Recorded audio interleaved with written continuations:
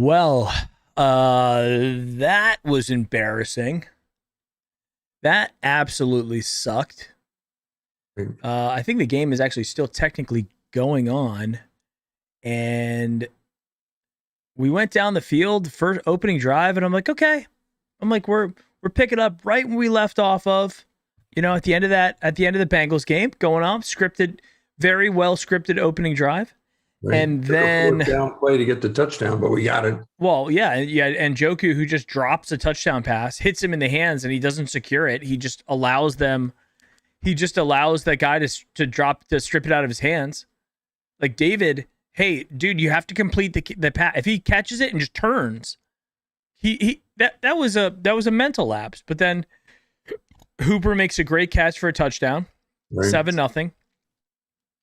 And then our defense, I think there was at least 3 third downs on that opening drive, and we lost the game. Honestly, we lost the game after that drive.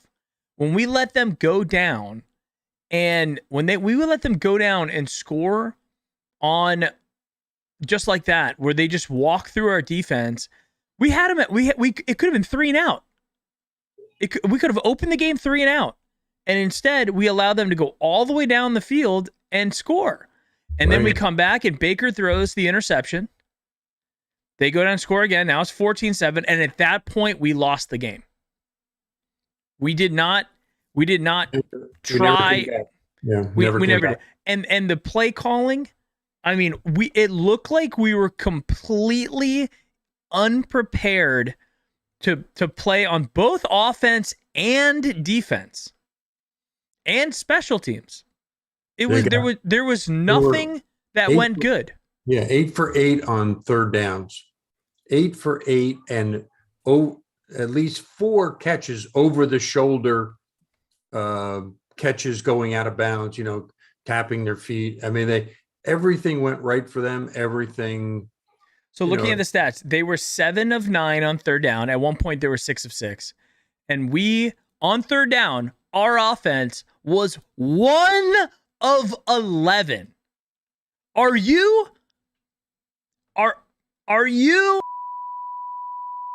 kidding me?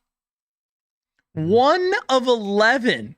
Yeah, you can't win. We had 18 first downs. They had 30. Mm-hmm. We gave up 452 yards. They said that we were the 3rd overall defense in the league coming into this game. Are you kidding? What universe, what planet are they on that they said we had a 3rd best defense in the league? We have our defense consists of Myles Garrett getting a couple sacks a game, and us playing soft off the ball and allowing them to catch first downs on third down every fucking time. And Joe Woods is at fault for that. He puts no pressure on the quarterback. He has no scheming. And you know what happened? This game was Josh McDaniels. It came down to Josh McDaniels versus Joe Woods, and Josh McDaniels manhandled Joe Woods. Right.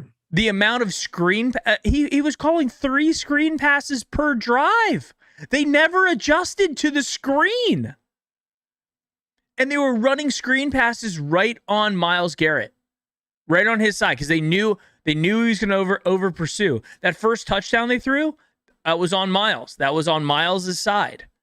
They just over pursued through that screen pass. Josh McDaniels knew it was going to happen and just let him come. You're going to come after us? Come right after us.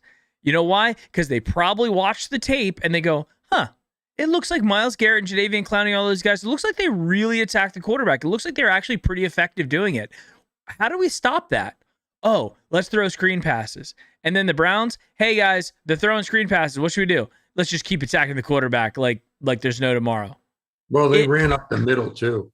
I mean, that's that as well.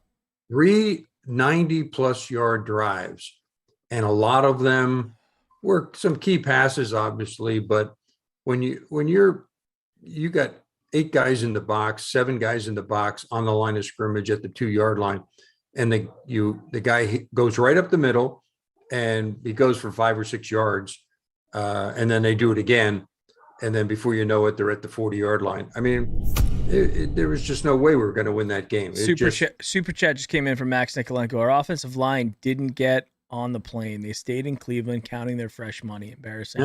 I even said that too. I said, these guys just got freshly paid. I said this in pregame show. I wonder if they're going to go out there and really show that they're worth all that money. They played well that first drive going down. The first drive was scripted and perfect. But they answered very quickly, and then Baker threw the pick. They quit after when Baker threw the pick, and then we went down 14-7. The game was over at that moment.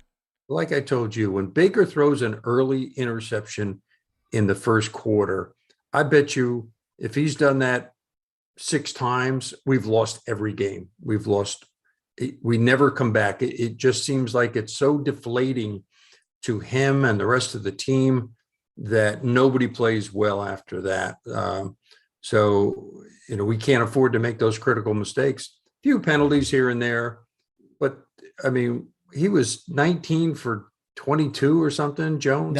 19 for 23, 199, 3 touchdowns versus Baker Mayfield, 11 of 21 for 73 yards, 1 touchdown, and 1 interception.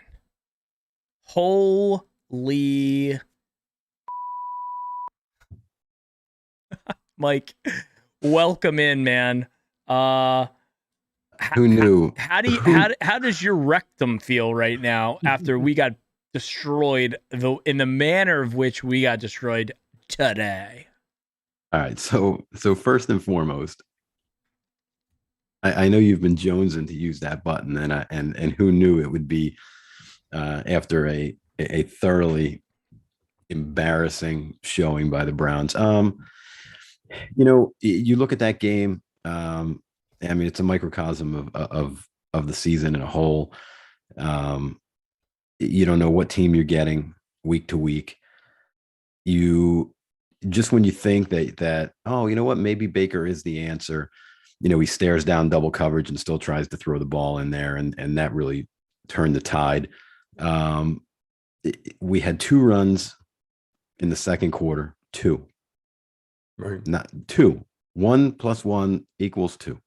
2 through 4 quarters until the very end when it was out of reach.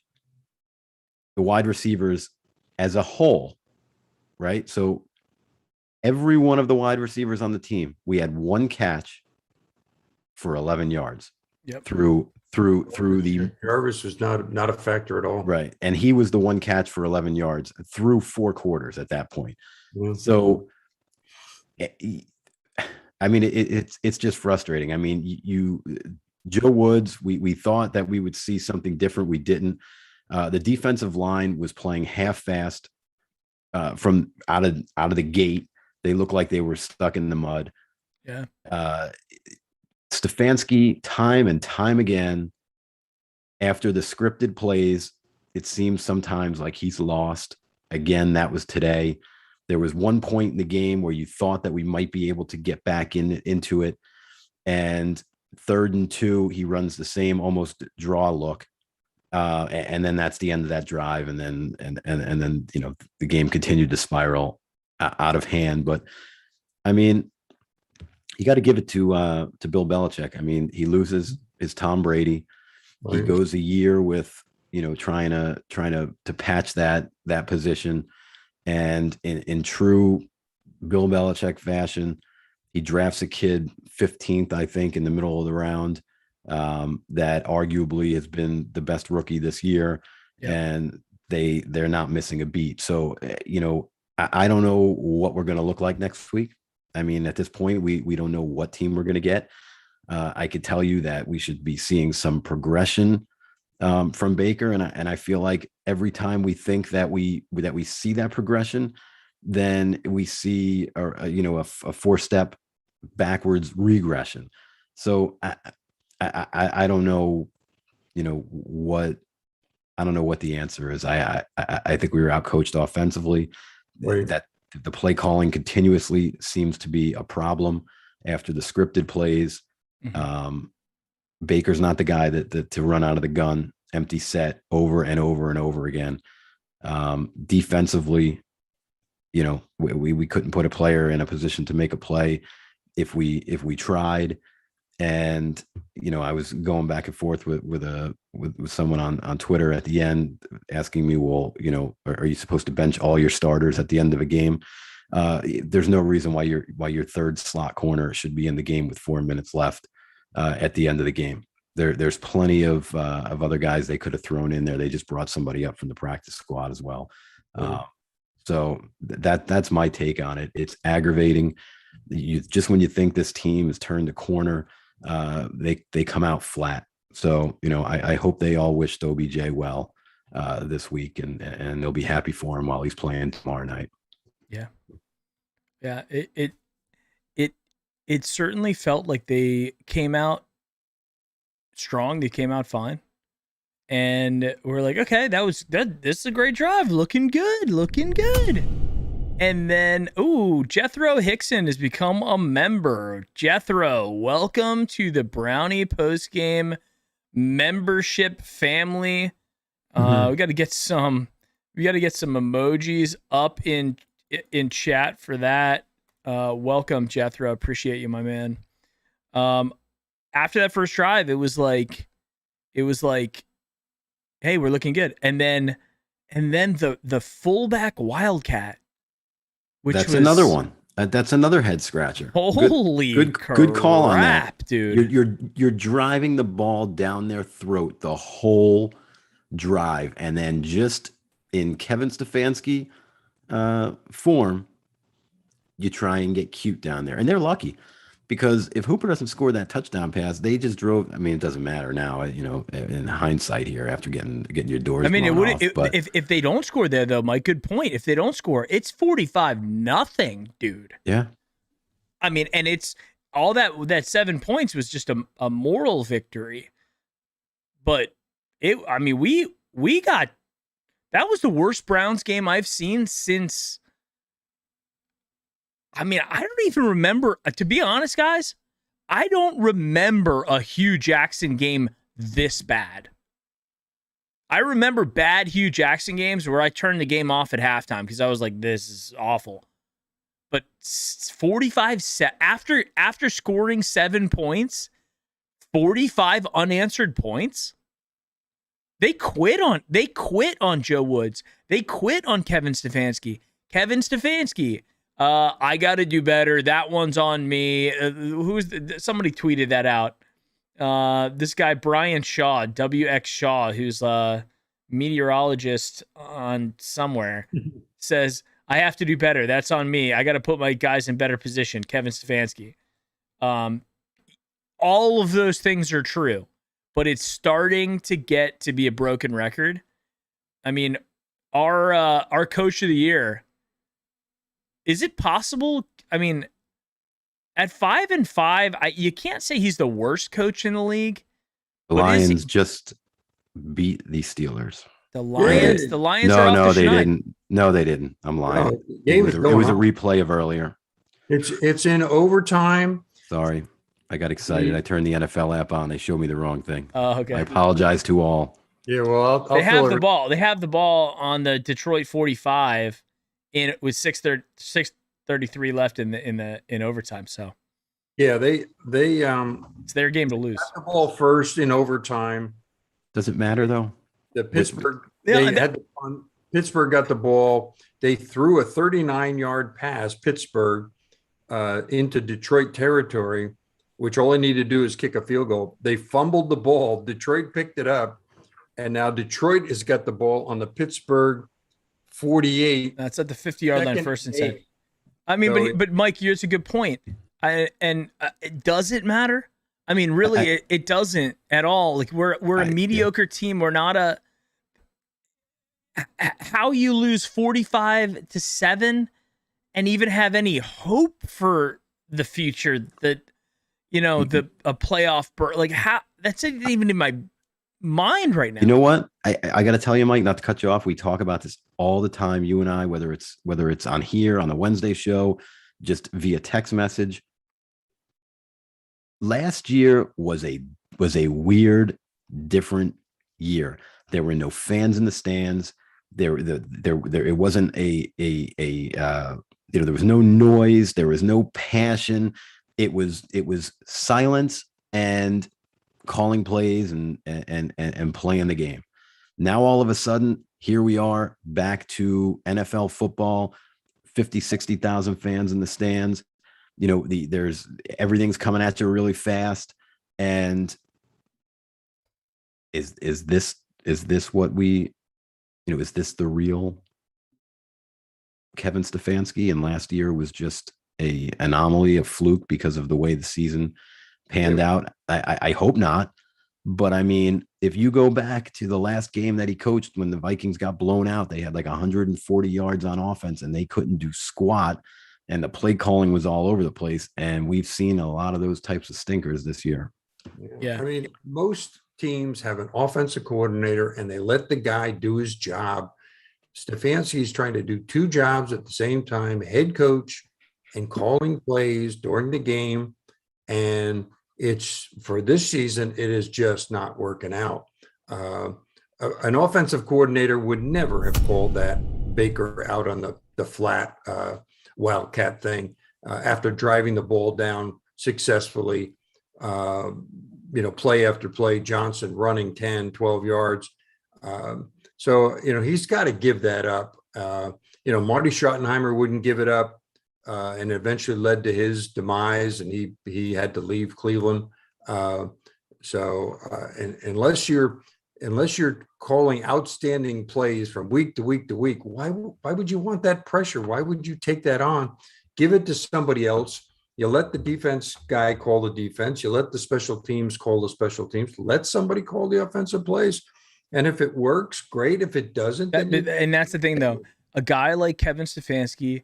A guy like even Freddie, it's you have these guys who want to call their plays on offense. They want to be an offensive coordinator. They don't want to be a head coach. Yeah. And you want to, and you want to laugh, Mike. And I just got to say this before I forget, because your dad mentioned it. Mm-hmm. During the pregame show, we got excited because we were like, oh man, we're really going to run the ball. We activated both fullbacks. Meanwhile, they activated both fullbacks for that POS play on the goal line. Think about that. Think about that for a second. That is, and that when they did a replay, I think my dad was talking about it. Either Teller or Bitonio, was it one of the two guards pulled, and there was nobody to block. He pulled around, and the edge was gone. Because these guys are fullbacks, they think that they're juggernauts and they can just run right through human beings instead of going around the edge. If they go around the outside, they score a touchdown there. And here's the other thing that's wild about it. You take the two bulkiest, other than offensive linemen and probably Baker, they're the slowest guys on the field. And you ask them to do a veer. I think it wasn't even an option. It was a direct snap to the fullback, put your head down and run straight into the offensive line. And I don't know, man. I thought that was, it was a head-scratchingly bad call. Like, you would be hard-pressed to call that in a high school game. Yeah. Let alone professional football game. You're on the goal line, and you're going to trust the snap to your fullback. Think about that for a second. Right. And then you run it right up the gut. You don't even try to go to the outside. If he had gone to the left, he would have walked into the end zone. Was it Janovich or was it Stanton who actually got the snap? I'm not even sure. I was probably yelling at the screen at that time. I will tell you. It looks like it was the Lions going to make this field goal, or it was what? Johnny Stanton. I will tell you. Make the field goal. It's fourth down and 6. They're on the 30-yard line. So it's a 47-yard field goal. Yeah. Is that going? Which way is it going? And is it going towards the end? That's always a problem there. I don't know. Yeah, I'm trying to watch it. Right, it's not working. Right as I'm looking at the game plan here, but right to left or left to right. He missed the field goal. He missed it. God damn. Oh, man. Man, it is 48-yarder. He missed, and they got a holding penalty. The play before the third down, they got a holding penalty, and then so it moved him back 10 yards. Then they got 6 on the third down, and then they missed the field goal. Super chat just came in from Michael Johnson. Not watching Lions game next week. Lose situation. Win and we beat a bad team again. Nobody cares. Lose and it's just our luck. LOL. Hashtag housework. 4 minutes left. Pittsburgh's got the ball on their own 42. Looks like they're going to win. They're going to kick a field goal and win it. Detroit is just pitiful. You know, the interesting thing, though, is no matter how poor, let me see how I can explain this. Like the Steelers, for example, Roethlisberger's out today. You could even play an extremely poor game, the Steelers or the Ravens, and they always seem to find ways. They're well coached. They're always in games. You know what I mean? It's very rare that you see them just getting their doors blown off. Yep. And here we are, time after time. Like it's frustrating. It really is. And what to me is this is such a Jekyll and Hyde team. You know, we play the Chiefs tough. It comes down to a final drive. Then we beat the Texans, right? Who were a pretty bad team. We easily beat the Bears due to the defense. We then come back against the Vikings, have another really good defensive game, and end up holding on. We came really close to beating the Chargers in a shootout, 47-42. We get our doors blown off by the Cardinals the next week, 37-14. We come back and narrowly beat the Broncos, 17-14. We lose then the next week to the Steelers, 15-10. Then we blow the Bengals out of the stratosphere, 41-16. And we follow that up with 45-7. This team, and my wife was saying this, like this is an inconsistent team. Yeah, it's frustrating. It's absolutely frustrating. You don't know what you're going to get. Right. It's abusive.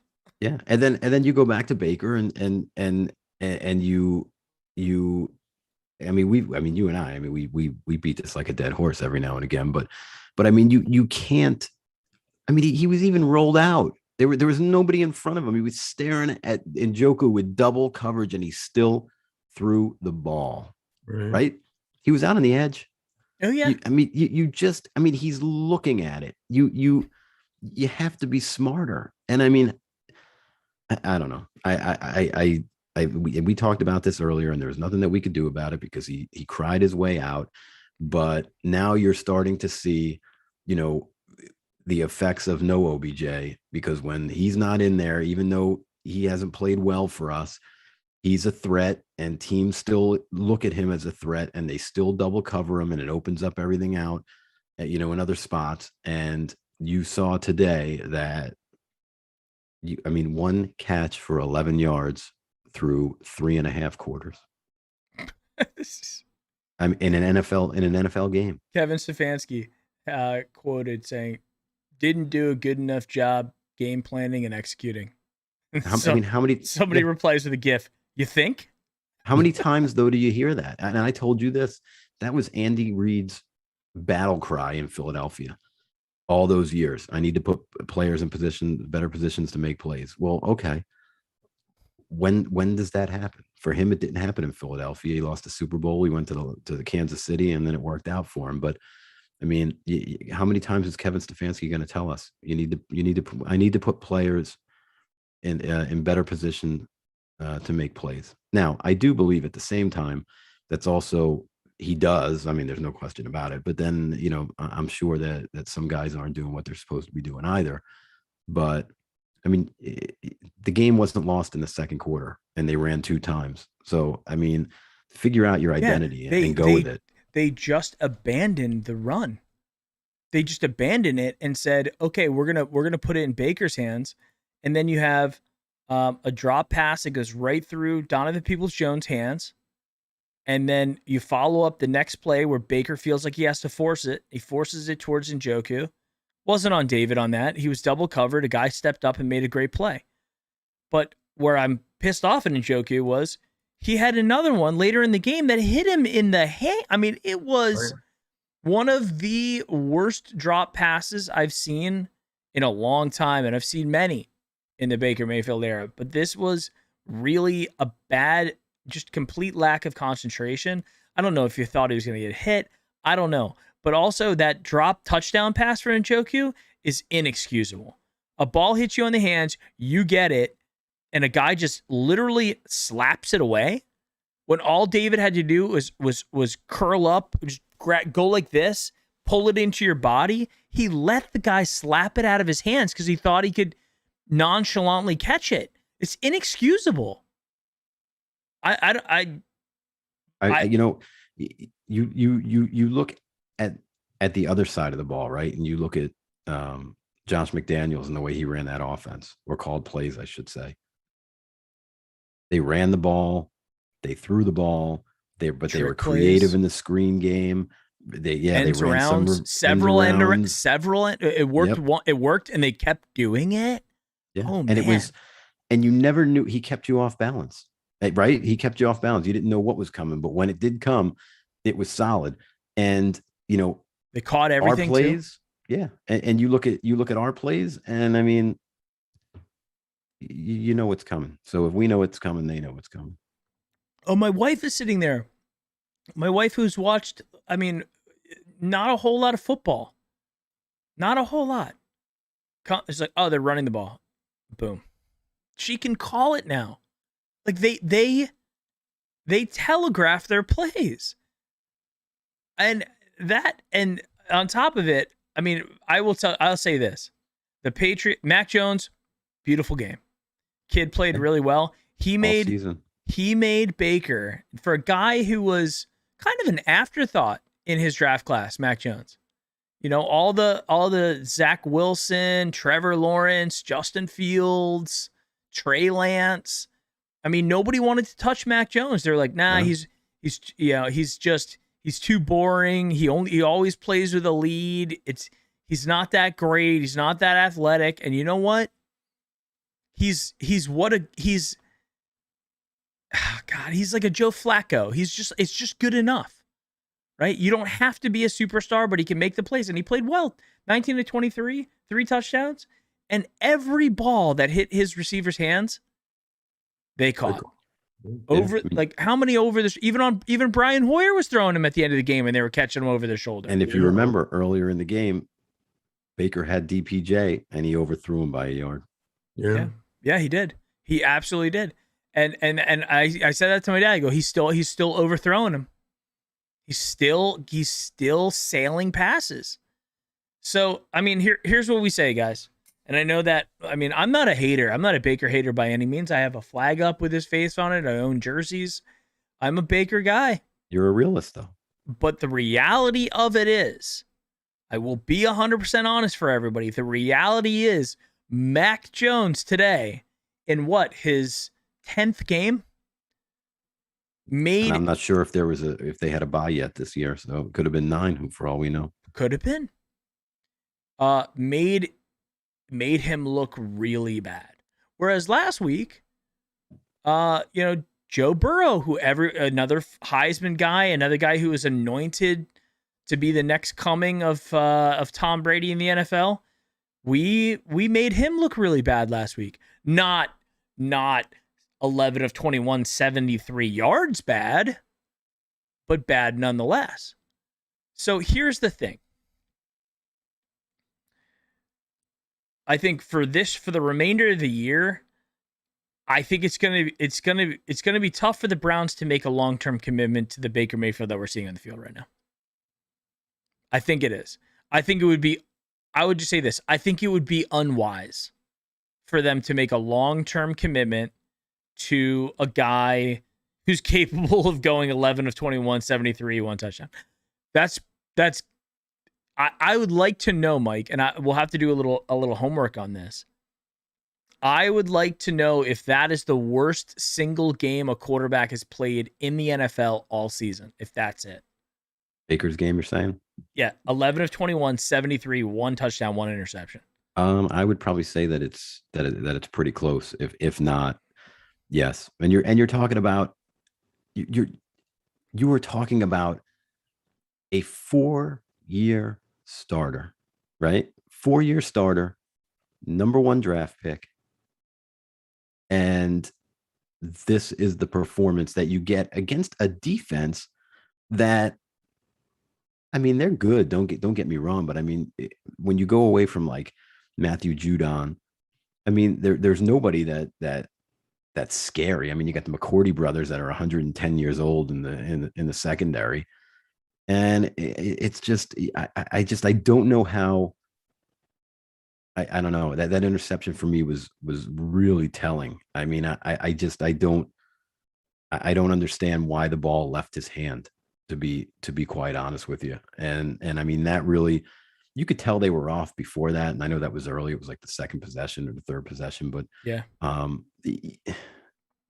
you just can't make that throw. And if you remember, there were a couple other throws during the game he got away with, that he threw really poor balls. There was one that he threw down. They were going left to right, and he threw it down the sideline at the top of your screen. Yep.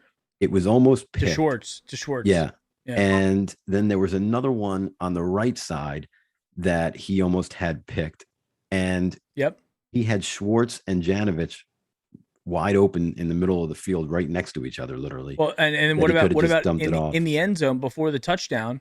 He got away with one where he was trying to throw to Peoples-Jones, didn't see the safety who was just sitting there, and the safety couldn't make a play. So he got away with that one. Then he throws it to Hooper. Hooper makes a great play, but in his defense, Njoku should have caught the ball in the first place to end that drive right there. Yeah. But I think so. If you think about this too, New England, last week they played against the Panthers and did a very similar thing to Sam Darnold. Sam Darnold, 16 of 33, 172, 3 interceptions. I'd say that's worse than what Baker did today, but it's like pretty close, right? I mean, 3 interceptions or 72 yards. Let me ask you this, and only because we saw him today, and he wore the same number. If you blocked out the face and you shadowed the body a little bit so you couldn't tell the stature, I mean, is Baker Mayfield even that much better than Brian Hoyer? I mean, to be honest, at this point, I mean, to be honest, I was sitting there thinking it to myself too. I'm like, if we want mediocre quarterback play, like we could have just stayed with Hoyer, like back in the Manziel era. That's what it reminds you of, doesn't it? Though. No, I think it's worse. Yeah, I honestly think at times, like today, it's like when it's good or bad. Like when it's good, it's good. Like last week, we saw a good Baker, really good Baker. Not perfect, but really good Baker. This week, we saw potentially his worst game as a pro.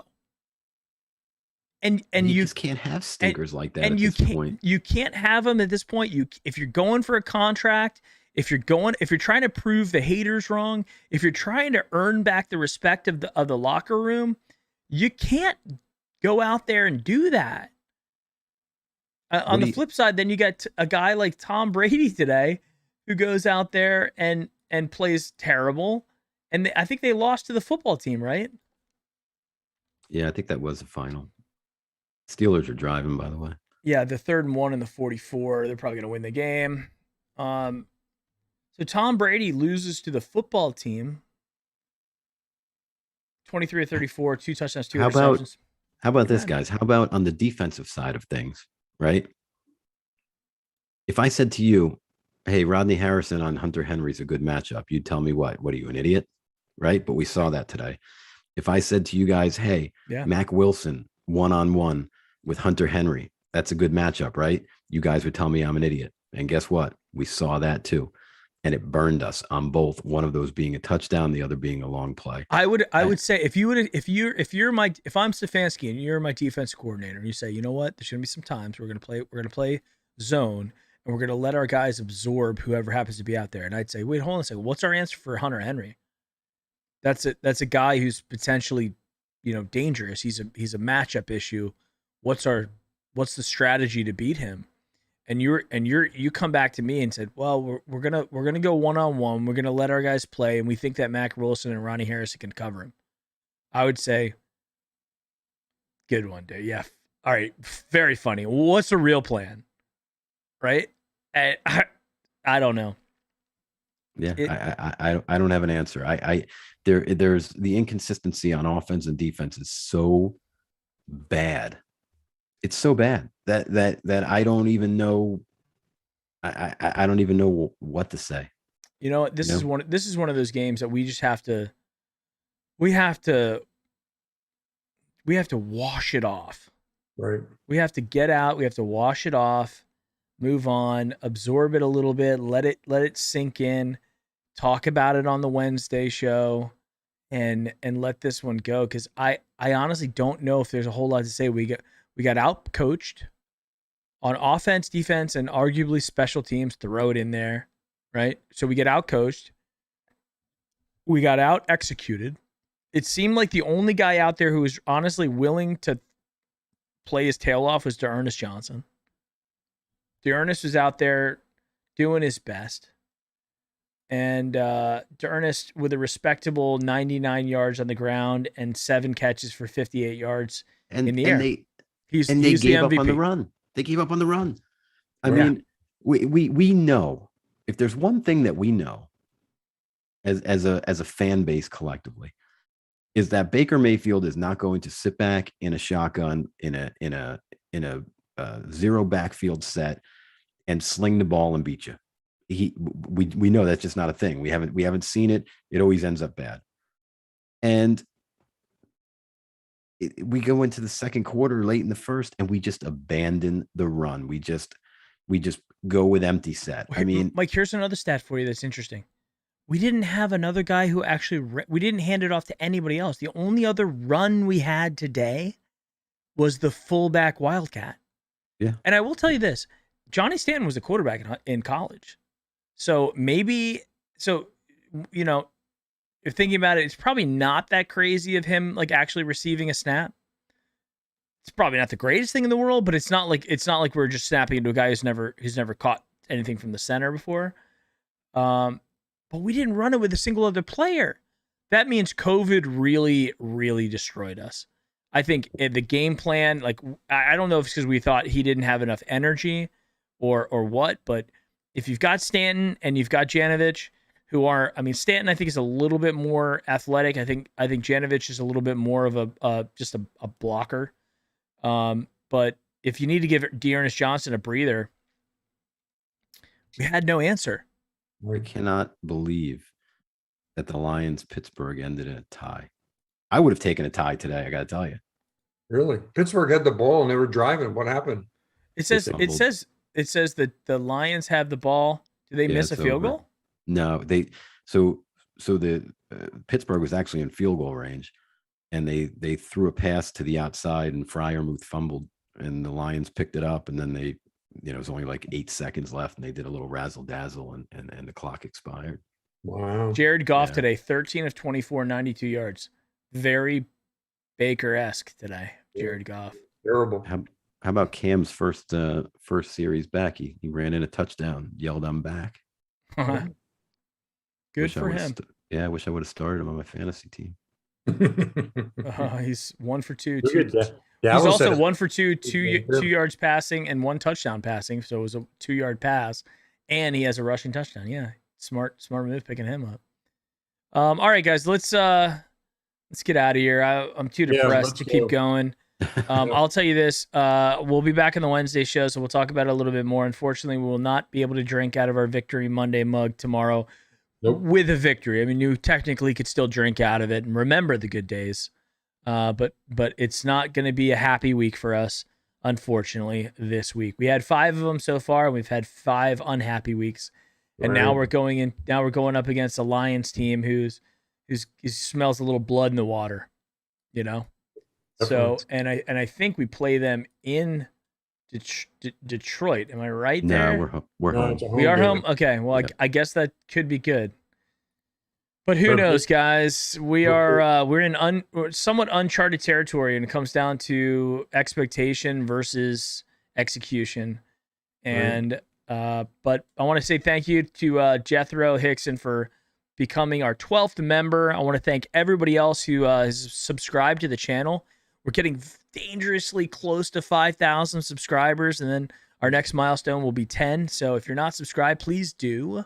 For anybody who's new to the channel, we do giveaways, we do commentary. You get happy Mike when we win. You get angry mics, I would say, when we win or lose. My dad is here giving us, his takes as well.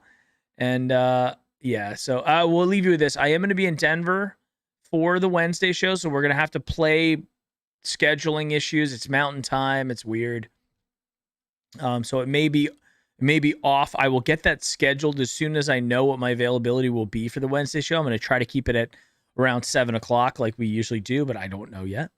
And yeah, everything else we shall see, guys. We're kind of in the great unknown. We're not a good team. We're not a bad team. We're somewhere in between there, and every week we happen to show up and we're a completely different team. Right. Not a playoff team, that's for sure. No, not at all. So, all right, guys. Thank you all for being here. Appreciate you. Everybody who's been in chat. I've been reading Max Nikolenko, Gary Washington, Steve Z, Evan, Mr. Bisif, Typical Gamer, all you guys. Xander Hernandez. Xander, congratulations on the Blake guy named Blake t-shirt. Make sure that you send me that email so I have your contact information, stuff like that. And we'll see you on Wednesday. Go Browns. Go Browns. Dun, Go Browns. Dun, dun, dun. Or Cavaliers. Or Guard.